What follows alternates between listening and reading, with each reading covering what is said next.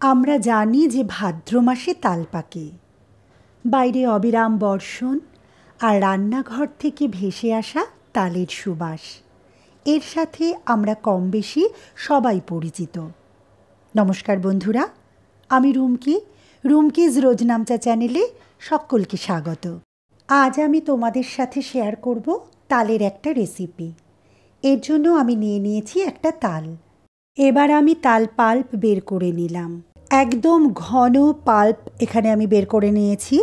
এখানে একটা কথা বলি যে তালটা গোলার সময় খুব সামান্য জল দিলে তবেই কিন্তু এরকম একটা ঘন থকথকে পাল্প বের হবে। এবার ওভেনে একটা কড়া বসিয়ে দিয়েছি। এর মধ্যে নিয়ে নিচ্ছি মেজারিং কাপের 1 কাপ তাল পাল্প। যেহেতু তাল পাল্পটা ভীষণ ঘন, তাই খুব বেশি জাল দেওয়ার প্রয়োজন হবে না, একটু জাল দিলেই ফুটে উঠবে। এবার আমি এর মধ্যে অ্যাড করছি 1/2 কাপ লিকুইড মিল্ক। 2 থেকে 3 বারে আমি এই মিল্কটা এখানে ব্যবহার করছি। দুধ দিয়ে তাল জাল দেওয়ার সময় আমি অ্যাড করছি 1/4 কাপ সুগার। আর দিয়ে দিচ্ছি খুব সামান্য পরিমাণ লবণ। এই পর্যায়ে কিন্তু গ্যাসের ফ্লেমটা আমি লো করে নিয়েছি। এবার অ্যাড করছি 1/2 কাপ ময়দা।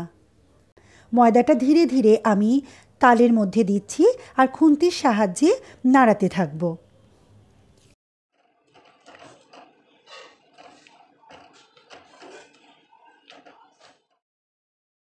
এইভাবে তালের সাথে ময়দা ভালো করে মিশিয়ে নেব যাতে একটা সুন্দর ডো তৈরি হয়।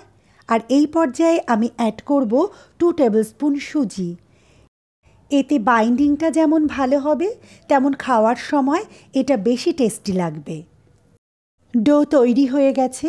এবার গ্যাসের সুইচ অফ করে আমি ঠান্ডা করে নিচ্ছি।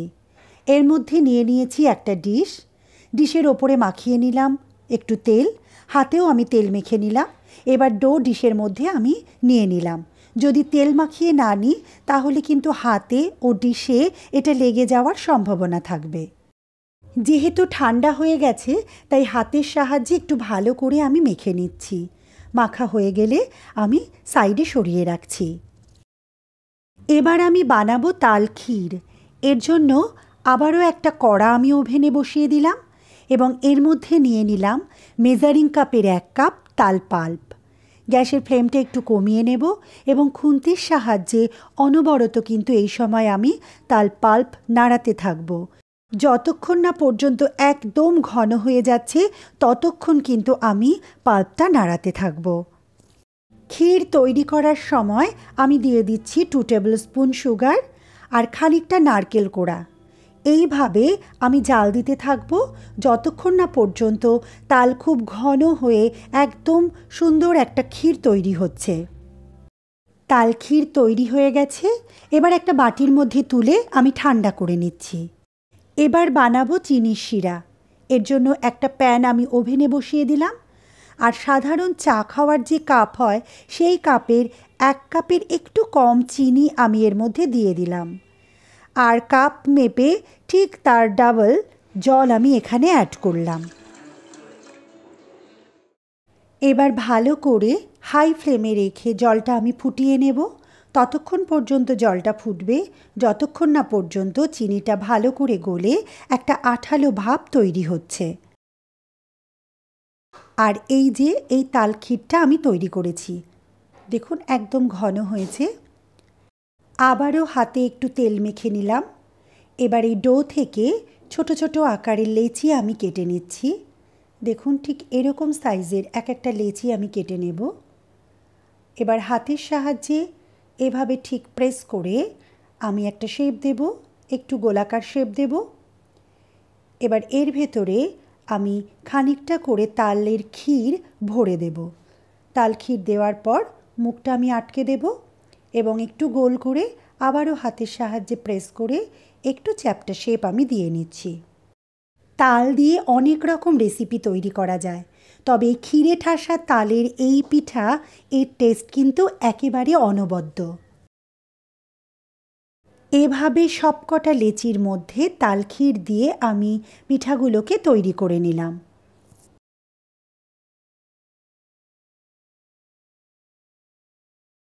এবার একটা কড়াতে বেশ খানিকটা তেল আমি গরম করে নিলাম। এবার এর মধ্যে পিঠাগুলো ভেজে নেব। এই সময় গ্যাসের ফ্লেম একটু মিডিয়াম রাখবো এবং মিডিয়াম টু লো ফ্লেমেই কিন্তু আমি পিঠাগুলো ভেজে নেব। একটু সময় নিয়ে পিঠাগুলো ভাজতে হবে, তা না হলে বাইরেটা লাল হয়ে যাবে খুব তাড়াতাড়ি আর ভেতরটা কিন্তু একটু কাঁচা থাকার সম্ভাবনা থেকে যাবে, তাহলে কিন্তু খাবারটা অত টেস্টি হবে না।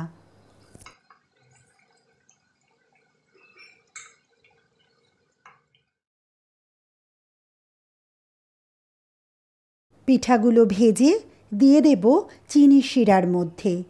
গরম গরম এই পিঠা যখন চিনির শিরার মধ্যে পড়বে তখন রস একদম পিঠার মধ্যে সুন্দরভাবে ঢুকে যাবে।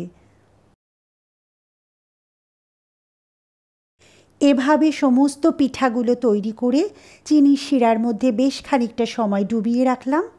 এরপর একটা ডিশের মধ্যে আমি এই পিঠাগুলো তুলে নিলাম।